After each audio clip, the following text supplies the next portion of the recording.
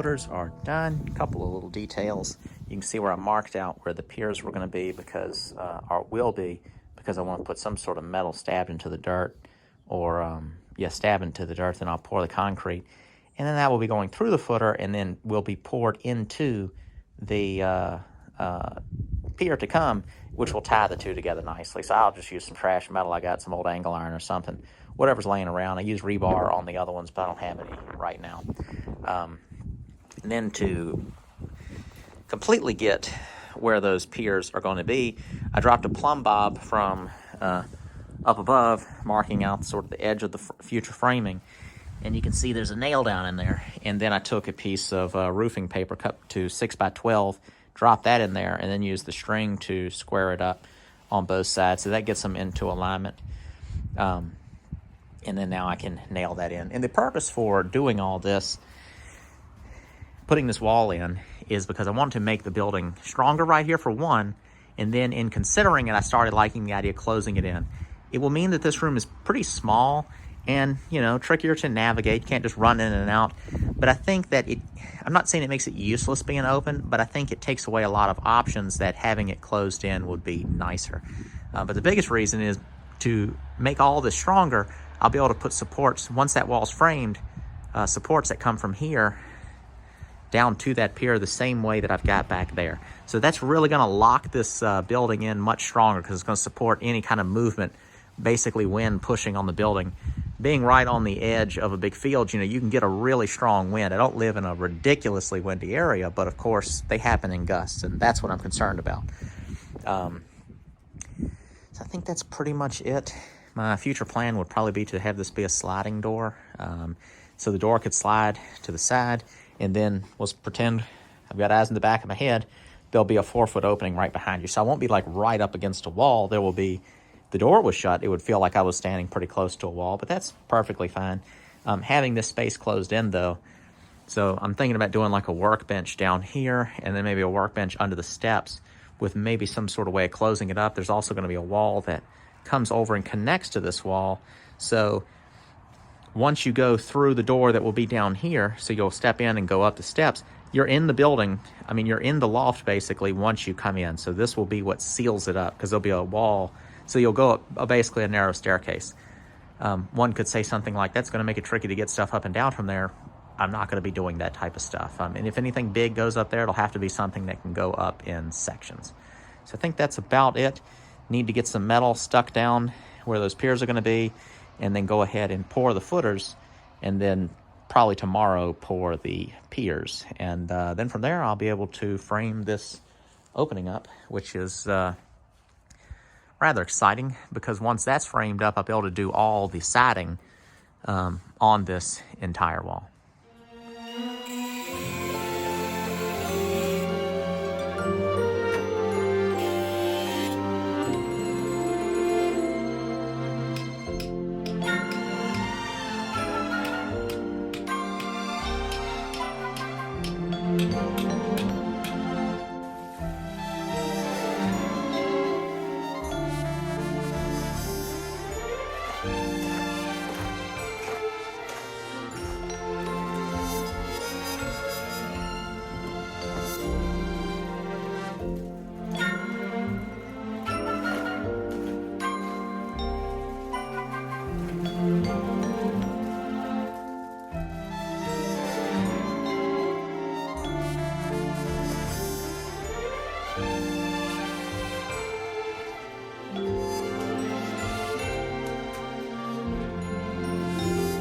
Next up is pouring the piers. For that, I need to make some simple forms. For getting the height of the forms, I've sat my laser here, projecting onto the top of the pier there. Then you can see it on the top of the pier there, running right on the bottom of the wall. And the funny thing is, all I did was sat it on the ground, and it just happened to be right, projecting right on it from setting it right there. So that was super funny. Don't have to do anything other than drop a tape measure down, and then take a measurement here where the laser hits and where the laser hits there, and then the forms will be the same size other than their height.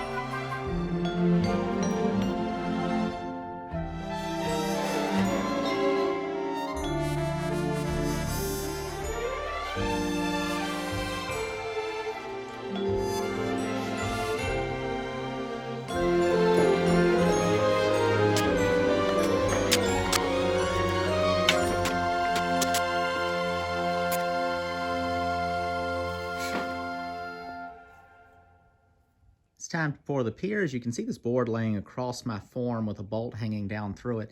The bottom of that bolt is bent. You'll see it when I pick it up and move it. Got another one over here. So I'll fill these with concrete. I'm going to lay some little pieces of, you can see it right here, I think it's called remesh, like, you know, it was just some rusted wire fencing I got out the woods.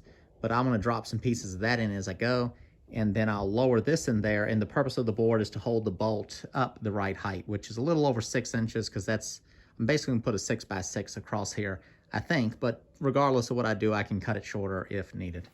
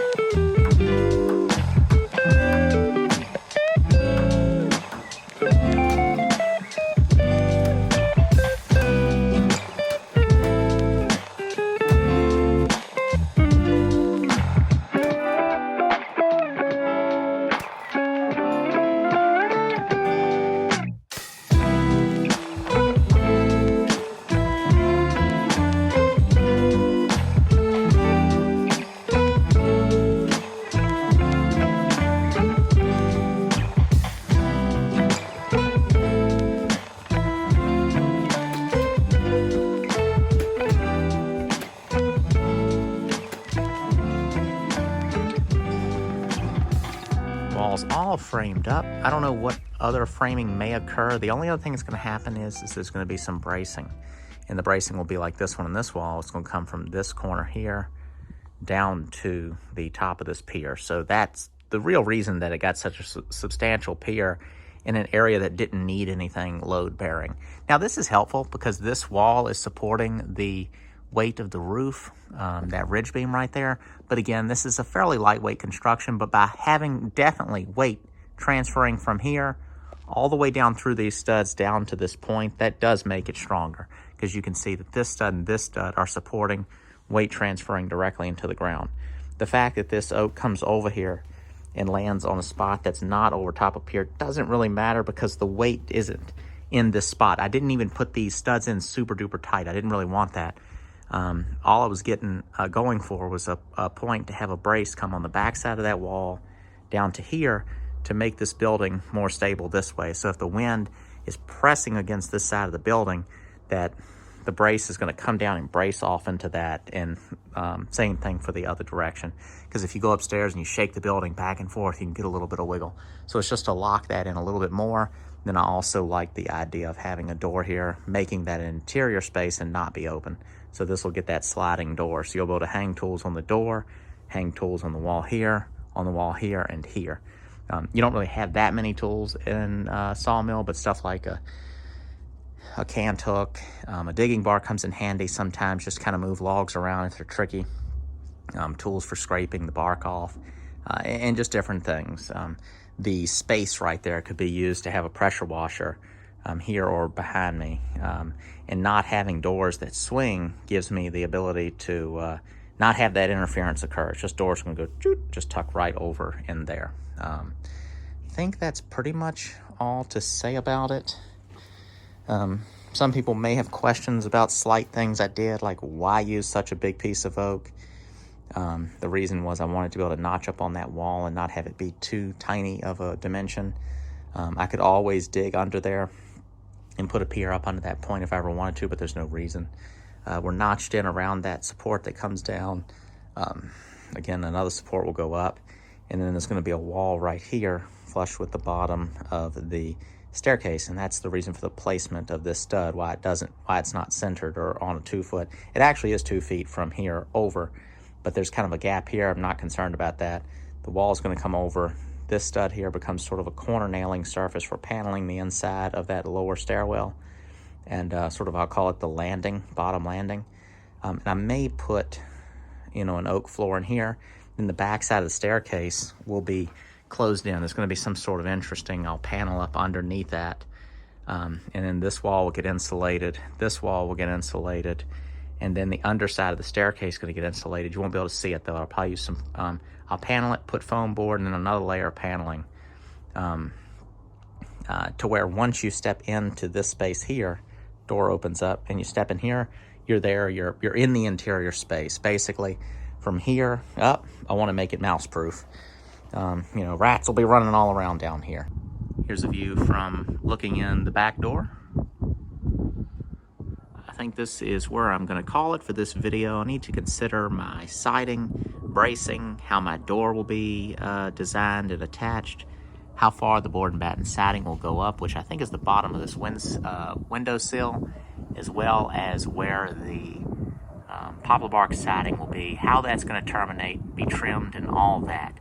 So in the next video, I think I'll be edging out some rough sawn lumber for siding, getting that attached, sheathing up above, maybe even doing some of the batten strips down here. They're not dependent on any sort of lean-tos being attached later. And then perhaps construct the door for this end, and then that back door you can see in the background. So appreciate you all watching. Be sure to check out my ebook. It is How I Buy Cheap Houses, or Cheap Houses, How I Find and Buy Inexpensive Real Estate, as well as some woodworking furniture plans, and some other things. Just check out the links in the description below. Thank you all for watching. See you next time.